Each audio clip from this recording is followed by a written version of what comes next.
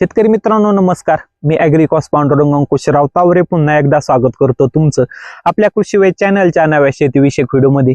शेतकरी मित्रांनो, आपण आपल्या शेतामध्ये विविध जे काही पिकं आहे, फळपिकं हे घेत असतो. मग त्याच्यामध्ये पेरू असेल, द्राक्ष असेल, डाळिंब असेल, मग त्याच्यामध्ये जे काही फळपिकं असेल, मग त्याच्यामध्ये जे काही टरबूज, खरबूज, वांगे, टोमॅटो, मिरची, भेंडी, मित्रांनो हे पिकं आपण घेत असतो.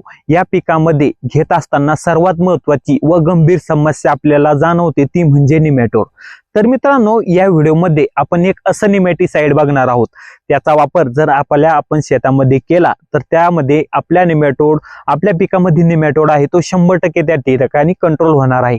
त्याचबरोबर या जे काही निमॅटिसाइड आपण सांगणार आहोत त्याच्यामध्ये कंटेन काय आहे, त्याचा वापर आपण कसा करायचा, सविस्तर माहिती या व्हिडिओमध्ये बघणार आहोत. त्याच्यामुळे व्हिडिओ स्किप न करता शेवटपर्यंत बघा. व तुम्ही जर आतापर्यंत आपल्या चॅनलला सबस्क्राईब केलं नसेल तर चॅनलला सबस्क्राईब करायला अजिबात विसरू नका.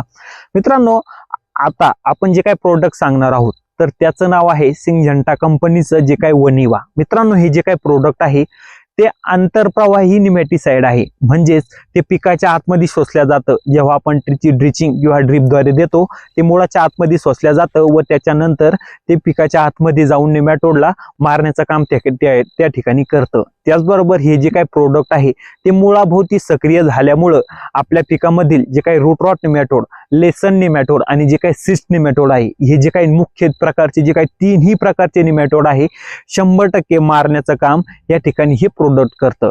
तर मित्रांनो, आता हे जे काही वनिवा आहे याची वापरण्याची पद्धत किंवा निमॅटोडला मारण्याची जी काही पद्धत आहे ही तर कशी आहे. तर मित्रांनो, सर्वात महत्वाचं, जेव्हा आपण वनिवा आपल्या पिकामध्ये देतो तर त्या ठिकाणी जेव्हा वनिवा निमॅटोडच्या अंगाला लागतं तर त्या ठिकाणी निमॅटोडची जी काही ऊर्जा निर्मिती करण्याची जी काही प्रक्रिया आहे ती त्या ठिकाणी हे जे काही प्रोडक्ट आहे ते पूर्णपणे काम नष्ट करून टाकतं.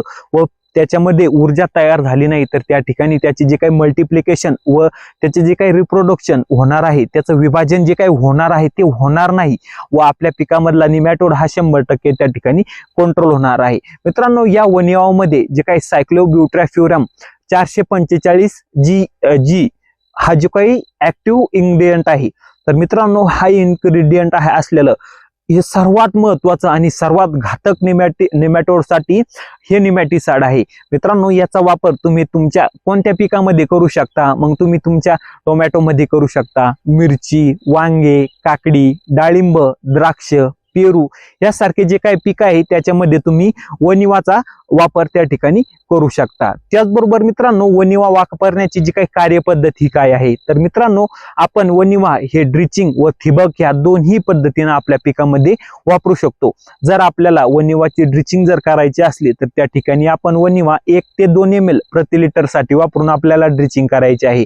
व आपण ठिबकनं जर चालवणार असलो तर त्या ठिकाणी 150 ते 250 ml प्रति एकर साठी वापरून आपण ठिबकने वनिवा हे देऊ शकतो. तर मित्रांनो, ह्या वनिवाची किंमत काय आहे, तर सर्वात महत्वाचं म्हणजे वनिवाची जी काही किंमत आहे ती म्हणजे 150 ते 250 ml ची जी काही किंमत आहे ती आहे 3,500 रुपये. तर मित्रांनो, वनिवा जर आपण आपल्या पिकामध्ये वापरलं तर त्या ठिकाणी आपल्या पिकामध्ये त्याचे काय फायदे हे होतात. सर्वात महत्वाचा जो काही पहिला फायदा तो म्हणजे निमॅटोड हा 100% कंट्रोल होतो. मुळांची जी काही वाढ ही अप्रतिम होते व त्याचबरोबर पिकाची वाढ ही होऊन पिकाची जी काही उत्पादकता ही सुधारल्या जाते. तर मित्रांनो, आपण या व्हिडिओमध्ये वनिवा जे काही निमॅटिसाइड आहे त्याच्याविषयी सविस्तर माहिती बघितली. व मित्रांनो, तुम्ही तुमच्या पेरूमध्ये, डाळिंबामध्ये कोणतं निमॅटिसाइड वापरता व तुम्हाला त्याचे रिझल्ट कसे आले मला आपल्या कमेंटमध्ये नक्की सांगा. व तुम्हाला व्हिडिओ आवडला असेल तर व्हिडिओला लाईक करून चॅनलला सबस्क्राईब करायला अजिबात विसरू नका. धन्यवाद.